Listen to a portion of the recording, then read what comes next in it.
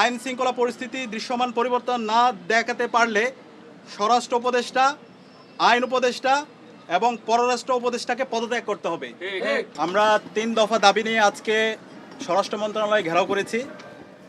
ইতিমধ্যে আমাদের একটি মিটিং হয়েছে।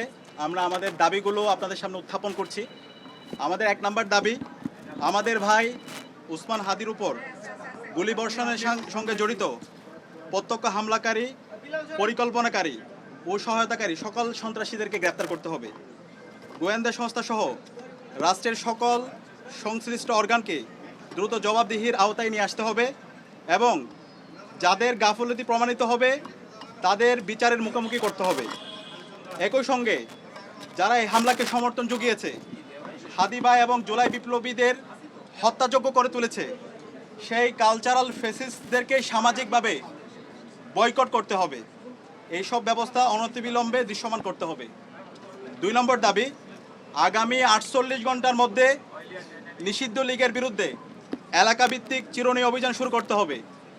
নিষিদ্ধ ঘোষিত সংগঠনের বিভিন্ন স্তরের সকল সন্ত্রাসীদেরকে গ্রেপ্তার করতে হবে এবং সব ধরনের অবৈধ অস্ত্র উদ্ধার করতে হবে। এই বিষয়ে সরকারের অবহেলা আমরা সহ্য করব না।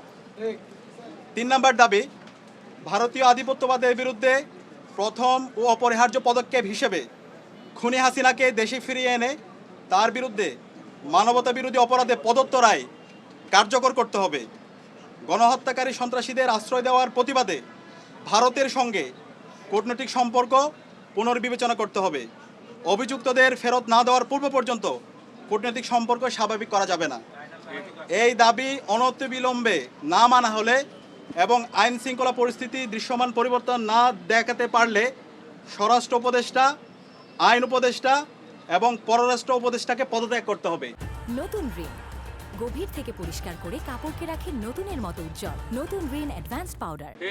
এই 3 দফা দাবি আমরা জানিয়েছি এবং একই সাথে আমরা গতকাল থেকে বাংলাদেশের সকল ছাত্র সংগঠন, সিভিল সোসাইটি, সাংবাদিক এবং জুলাইয়ে যে সমস্ত সংগঠনগুলো তৈরি হয়েছে, জুলাইয়ের যারা আমাদের সহযোদ্ধা ছিল, আমরা সবার সাথে গতকাল থেকে যোগাযোগ করছি, মিটিং করছি।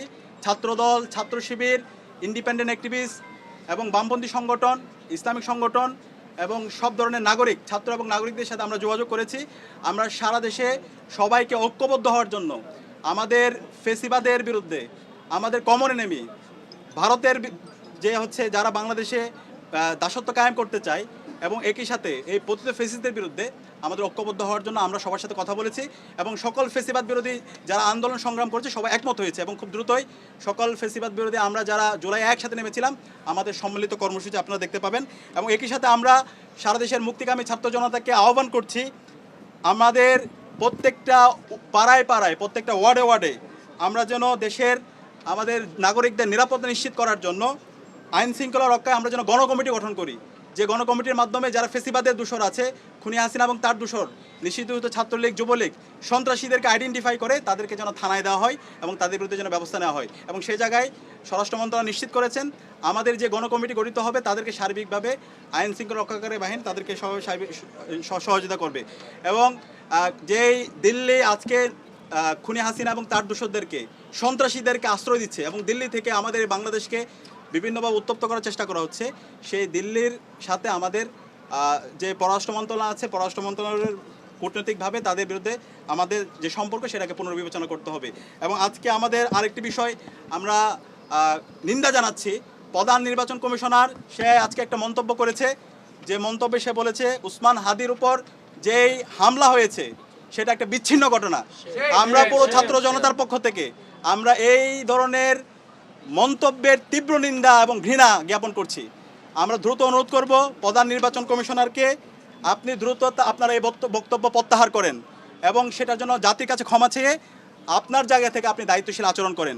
তফসিল ঘোষণার পর থেকে আমরা চাই এই দেশের সকল নাগরিকরা একটা সুস্থ পরিবেশে নির্বাচন এবং ভোট দেওয়ার জন্য, সুতরাং ফ্রি ফেয়ার ক্রেডিবল ইলেকশন করার জন্য নির্বাচন কমিশনার থেকে শুরু করে আইন শৃঙ্খলা রক্ষাকারী বাহিনী সবার দায়িত্বশীল আচরণ করা দরকার। একই সাথে রাজনৈতিক দলগুলো দায়িত্বশীল আচরণ করবে। এবং সর্বশেষ আমরা দেখতে পাচ্ছি সারা দেশের যে আদালতগুলো আছে, আইনজীবীরা আছে, বড় অঙ্কের টাকার বিনিময়ে এই পতিত ফেসিস্টদের মামলাগুলো প্রত্যাহার করার জন্য, তাদের জামিনের জন্য তারা কাজ করছে। আমরা ছাত্র সমাজের পক্ষ থেকে হুঁশিয়ার করছি, এই যারা গণহত্যাকারী এবং শিশু হত্যাকারী এবং যারা আমাদের ভাই বোনদেরকে মেরে রক্তাক্ত করেছে, এই সন্ত্রাসীদের পক্ষে যারা অবস্থান নেবে তাদেরকে আমরা সামাজিকভাবে বয়কট করব এবং তাদের তালিকা আমরা সামাজিকভাবে সবাইকে জানিয়ে দেব। এই জায়গায় এই অপরাধীদের বিচারের প্রশ্নে, খুনি হাসিনার বিচারের প্রশ্নে, নিষিদ্ধ ঘোষিত ছাত্রলীগ, যুবলীগ, আওয়ামী লীগের বিচারের প্রশ্নে এবং এই দিল্লির দাসত্বের বিরুদ্ধে আমাদের একটা জাতীয় ঐক্যমত দরকার। আমরা আশা রাখছি বাংলাদেশপন্থী যারা আছে, দীর্ঘ ফেসিবাদ বিরুদ্ধে যারা আন্দোলন করেছে, আমরা সবাই ঐক্যবদ্ধভাবে আমাদের এই ফেসিবাদের পতিত ফেসিসদের বিরুদ্ধে এবং খুনি হাসিনার বিচারের প্রশ্নে আমরা ঐক্যবদ্ধভাবে আমরা আমাদের আন্দোলন সংগ্রাম জারি রাখবো। এবং যে 3 দফা দিয়েছি, এই 3 দফা যদি দ্রুত সময়ের মধ্যে আমরা যদি এটা কার্যকর ব্যবস্থা দেখতে না পারি, তাহলে আমরা সারা দেশের মুক্তিকামী ছাত্র জনতাকে সাথে নিয়ে আমরা জুলাইয়ে যেভাবে রাজপথে নেমেছিলাম তার চাইতে আরও শক্তিশালীভাবে আমরা রাজপথে নেমে আমরা গণ আন্দোলন গড়ে তুলব। এবং আমাদের পুরো জুলাই যে আজকে বিপ্লব, সেটাকে আজকে বিভিন্নভাবে ব্যাহত করার চেষ্টা করছে, এটাকে একটা পূর্ণাঙ্গ বিপ্লব দেওয়ার জন্য আমরা আমাদের লড়াই সংগ্রাম জারি রাখবো ইনশাআল্লাহ।